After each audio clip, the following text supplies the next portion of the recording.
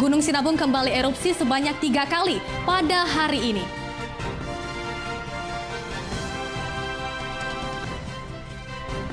Satu ASN di lingkungan DPRD Medan dilaporkan positif COVID-19.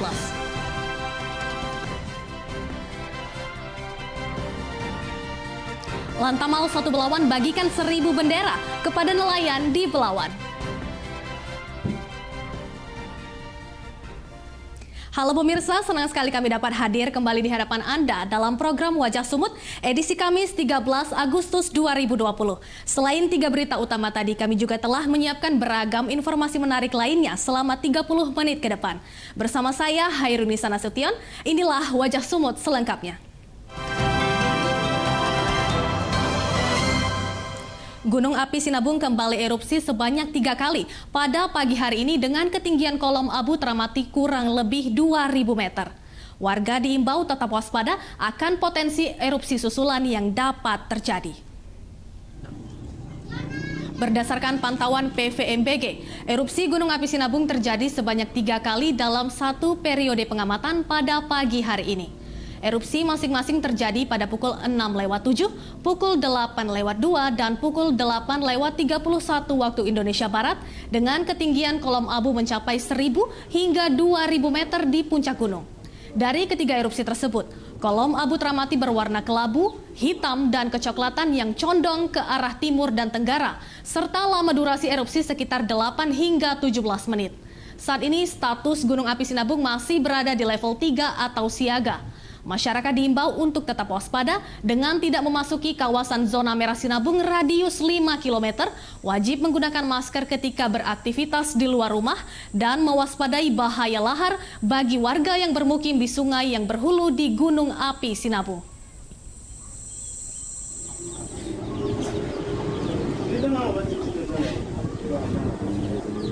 Satu unit becak bermotor dilaporkan terseret arus ketika melintas di atas saluran parit saat hujan deras mengguyur wilayah Kota Medan. Akibat kejadian tersebut, 1 orang penumpang dilaporkan hilang. Pasca hujan lebat disertai banjir yang mengguyur Kota Medan pada Rabu dini hari lalu, 1 unit becak bermotor terseret arus banjir. 2 orang berhasil diselamatkan, yakni seorang pengemudi betor dan seorang penumpang. Sementara 1 orang penumpang lainnya berinisial MBB, warga Tangguk Bongkar Perumnas Mandala, hingga kini belum ditemukan. Tim BPBD Kota Medan yang melakukan pencarian korban menemukan betor yang terseret arus banjir, namun korban hingga kini belum ditemukan. Hingga saat ini proses pencarian masih dilakukan, pihak BPBD dibantu dengan warga. Jadi mereka dalam beca itu 3, 2 sewa, 1 bawa beca. Nah, jadi turunlah 1 ngambil kayu di jalan. Jadi karena derasnya air ini, kena sorong beca ini. Masih 1 orang di dalam, jatuh ke parit. Ratusan rumah di kawasan Pematang Johar, Deli Serdang, maksud saya, terendam banjir karena tanggul jebol pada Rabu dini hari. Selain merendam permukiman warga, air juga merendam ratusan hektar sawah. Kawasan yang terdampak banjir berada di Dusun 6 dan Dusun 7, serta sejumlah daerah lainnya. Hingga Rabu petang, warga masih menunggu alat berat untuk menutup tanggul yang jebol. Sementara akibat jebolnya tanggul, ratusan rumah warga terendam banjir serta sejumlah fasilitas umum lainnya, seperti sekolah dan rumah ibadah. Banjir juga menyebabkan ratusan hektar areal persawahan terendam air dan terancam gagal panen. Tanggul jebol diduga karena tak mampu menahan air setelah hujan deras mengguyur wilayah tersebut. Ini indikasi jebol mungkin karena memang di bawah tanggul ini terdapat 2 pipa yang dahulu memang pernah dipasang oleh masyarakat untuk pembuangan dan masuk air persawahan. Mungkin dari rongga-rongga pipa itu makin lama makin tergerus dan akhirnya mungkin karena banjir. Puluhan rumah di Jalan Tangguk Bongkar 3, Kecamatan Medan Denai, Kota Medan kerap menjadi langganan banjir. Warga terdampak banjir menilai Pemkot Medan tidak bisa menanggulangi persoalan banjir akibat saluran drainase yang buruk. Beginilah kondisi puluhan rumah warga di Jalan Tangguk Bongkar 3, Kecamatan Medan Denai, Kelurahan Tegal Sari Mandala 2, Kota Medan yang dilanda banjir. Menurut warga, Pemkot Medan tidak bisa menanggulangi persoalan banjir yang kerap terjadi bila musim hujan tiba. Pengelolaan drainase yang buruk dinilai warga menjadi penyebab terjadinya banjir yang mencapai tinggi 30 cm. Warga meminta Pemkot Medan untuk segera menyelesaikan permasalahan banjir dan mengancam tidak akan menggunakan hak pilihnya pada pilkada mendatang jika saluran drainase di permukiman mereka tidak diperbaiki.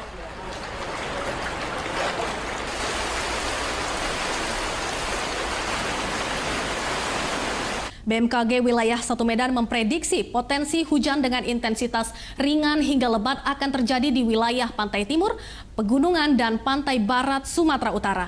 Sementara itu, 2 titik hotspot dengan kategori sedang juga terpantau di wilayah Kabupaten Nias Utara dan Labuhan Batu. Hal tersebut disampaikan oleh Kasubit Manajemen Data BMKG Wilayah 1 Medan Ferry Omex di kantor BMKG 1 Medan pada Rabu pagi. Ia menjelaskan adanya potensi hujan dengan intensitas ringan hingga lebat di 3 wilayah, yakni wilayah pantai timur, wilayah pegunungan, dan wilayah pantai barat Sumatera Utara. Untuk wilayah pantai timur meliputi Kota Medan, Kabupaten Asahan, dan Kabupaten Toba. Sedangkan untuk wilayah pegunungan meliputi Kabupaten Karo, dan untuk wilayah pantai barat meliputi Kabupaten Nias, Pakpak Barat, Sibolga, dan Dairi. Perakiraan cuaca tersebut berdasarkan adanya belokan angin dari arah barat daya ke barat laut yang menyebabkan timbulnya pertumbuhan awan hujan. Selain itu, berdasarkan hasil pemantauan cuaca, 2 titik hotspot dengan kategori sedang terpantau berada di wilayah Kabupaten Nias Utara dan Labuhan Batu. BMKG memprediksi titik hotspot dengan kategori sedang kemungkinan akan terjadi di wilayah Kabupaten Mandailing Natal, Labuhan Batu Selatan, dan Nias. Kategori sedang. Pengamatan kemarin tanggal 11 adanya cuma 2 titik hotspot yang ada di Nias Utara dengan Padang Lawas. Jadi memang ada penurunan mulai hari ini sudah ada penurunan karena diakibatkan memang kondisi cuaca kita yang saat ini seluruh wilayah Sumatera Utara memang tertutup awan dan ada potensi hujan dengan intensitas ringan. Pemirsa, usai jeda akan hadir informasi mengenai 1 ASN di lingkungan DPRD Medan dilaporkan positif COVID-19. Tetaplah bersama kami.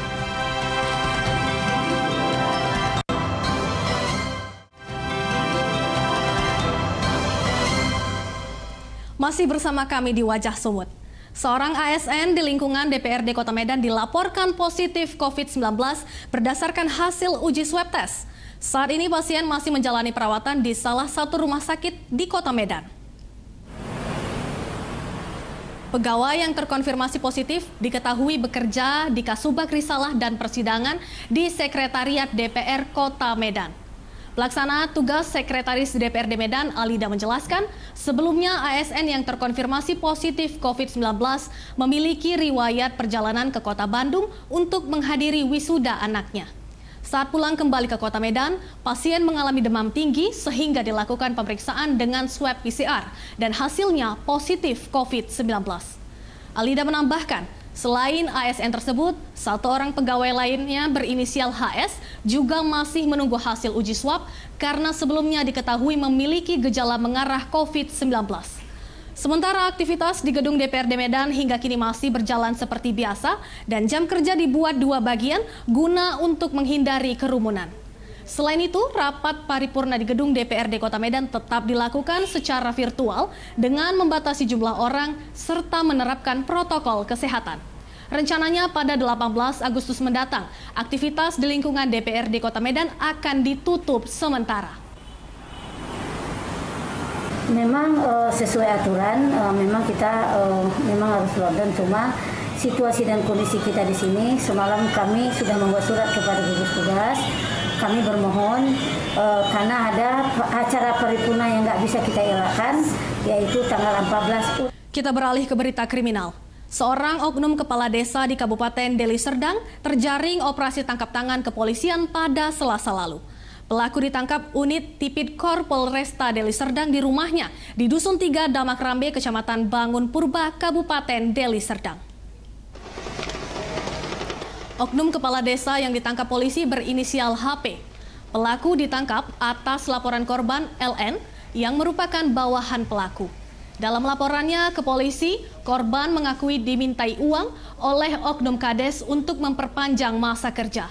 Pelaku kini masih menjalani pemeriksaan di Mapolresta Deli Serdang beserta barang bukti uang hasil pemerasan senilai 5 juta rupiah. Kepada petugas penyidikan, pelaku mengakui perbuatannya di mana uang hasil pemerasan digunakan pelaku untuk kepentingan pribadi. Sementara menurut Wakasat Reskrim Polresta Deli Serdang, AKP Alexander Piliang, penangkapan terhadap pelaku dilakukan pihak kepolisian berdasarkan laporan korban.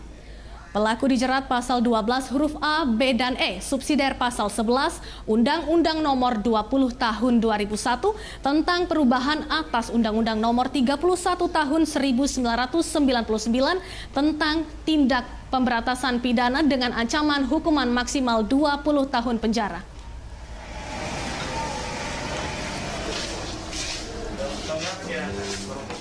Berkaitan dengan laporan dari salah satu pegawai di desa tersebut yang dilakukan oleh kepala desa dengan inisial HP, di mana yang bersangkutan meminta uang sebanyak. Polres Tanjung Balai mengamankan seorang kurir narkoba di Jalan Lingkar Teluk Nibung, Tanjung Balai. Selain mengamankan pelaku, polisi juga menyita puluhan butir pil ekstasi. Pelaku berinisial AD, warga Kelurahan Perjuangan, Kecamatan Teluk Nibung, diamankan ketika akan mengantarkan narkoba kepada seseorang. Menurut KBO Satres Narkoba Polres Tanjung Balai, Ibtu Luhut Hutapea, dari tangan tersangka polisi menyita barang bukti narkoba jenis pil ekstasi sebanyak 95 butir, sepeda motor, dan uang tunai Rp200.000. Dalam pemeriksaan, tersangka berdalih bahwa dirinya disuruh oleh temannya berinisial KT untuk mengantarkan barang haram tersebut. Tersangka mengaku baru pertama kali mengantarkan narkoba. Pelaku dijerat dengan Undang-Undang Narkotika Nomor 35 Tahun 2009 dengan ancaman maksimal 20 tahun penjara.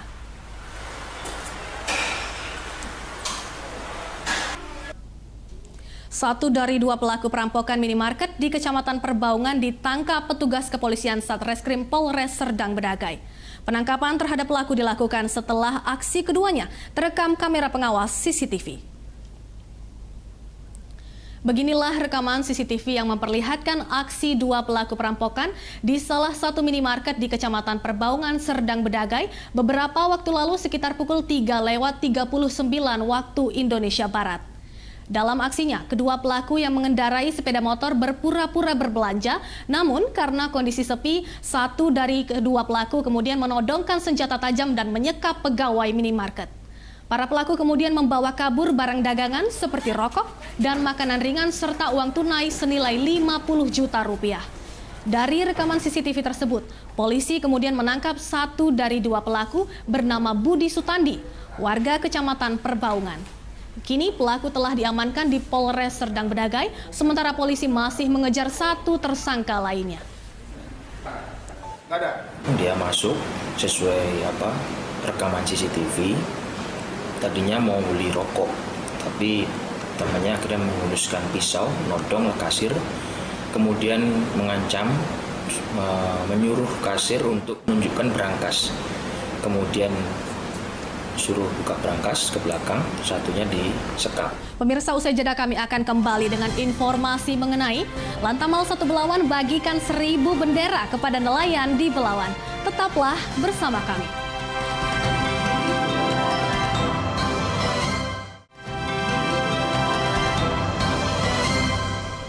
Kembali lagi di Wajah Sumut. Puluhan warga Kelurahan Tanjung Mulia Hilir, Kecamatan Medan Deli, Medan, melakukan aksi protes dengan memblokir jalan di lokasi pembangunan proyek jalan tol Medan Binjai. Dalam aksinya, warga menuntut pemerintah segera membayarkan ganti rugi lahan yang terkena proyek jalan tol. Dalam aksi tersebut, warga membentangkan poster menuntut ganti rugi lahan dan meminta pengerjaan proyek pembangunan jalan tol Seksi 1 di Kelurahan Tanjung Mulia Hilir, Medan Deli dihentikan. Selain itu, warga juga melakukan pemblokiran jalan masuk menuju lokasi proyek sebagai bentuk protes karena belum dilakukannya pembayaran atas ganti rugi lahan yang terkena proyek oleh pihak BPN Sumatera Utara. Sesuai dengan keputusan Menteri yang ditandatangani 8 instansi, warga yang memiliki surat hak milik atas tanah yang terkena proyek akan mendapatkan ganti rugi sebesar 30 hingga 70%. Atas dasar tersebut, warga mendesak pemerintah segera membayarkan ganti rugi yang sejak 3 tahun terakhir belum juga dibayarkan. Warga mengancam akan terus melakukan aksi hingga pembayaran ganti rugi lahan selesai dilakukan. Karena lahan kita belum ada penyelesaian pembayaran, tanaman padi semua disorot, tanpa ada permisi semua disorot semua. Udah berapa bulan, Kak? Udah 3 tahun ini kita nuntut hak kita, belum ada penyelesaiannya semua itu. Sekarang? Iya. Jadi udah ada diskusi sama... Udah diskusi tapi tidak diterima.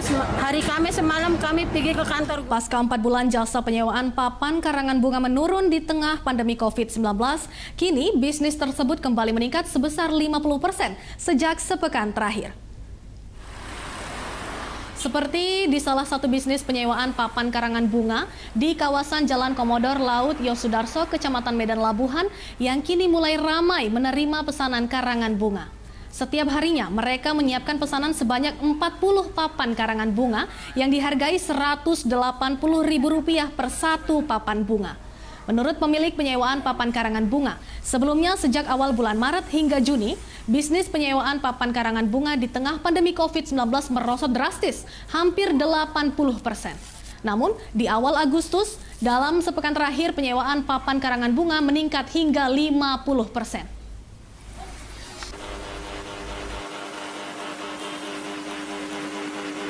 Alhamdulillah di dalam bulan Agustus ini, awal bulan Agustus, minggu semalam sudah mulai berjalan normal. Adalah sekitar 40 atau 50 papan sudah keluar. Pada umumnya kemana tuh, Bang? Bermacam, Bang. Ada yang bela sungkawa, ada yang bahagia, ada juga... Pangkalan Utama TNI Angkatan Laut 1 Belawan membagikan 1.000 bendera merah putih kepada nelayan di pesisir Belawan. Pembagian bendera dilakukan dalam rangka menyambut HUT Kemerdekaan Republik Indonesia yang ke-75 tahun. Kegiatan pembagian bendera merah putih kepada 1000-an kapal nelayan dilaksanakan di halaman dermaga Pangkalan Utama TNI Angkatan Laut 1 Belawan. Selain pembagian bendera, Lantamal 1 Belawan juga menyerahkan bantuan sembako kepada warga nelayan. Dalam pesannya, Komandan Pangkalan Utama TNI AL 1 Belawan mengajak seluruh warga nelayan berperan serta mengisi kemerdekaan dan mencintai negara kesatuan Republik Indonesia dan turut serta bersama pemerintah menanggulangi dan mencegah penyebaran COVID-19. Salam sejahtera, Wakil Komandan Lantamal 1. Kita bagikan ada 1000 bendera ya, dalam rangka 17-an ini juga sebagai wujud kecintaan, menanamkan, menumbuhkan kembali atau meningkatkan kembali kecintaan para nelayan ini terhadap nasionalisme maupun cinta tanah air. Dan informasi tersebut sekaligus menjadi penutup Wajah Sumut edisi hari ini. Saya Hairunisa Nasution beserta segenap kru yang bertugas mengucapkan terima kasih. Dan jangan lupa saksikan Dialog Sumut bersama dengan rekan Dana Pangaribuan usai jeda pariwara berakhir. Sampai jumpa.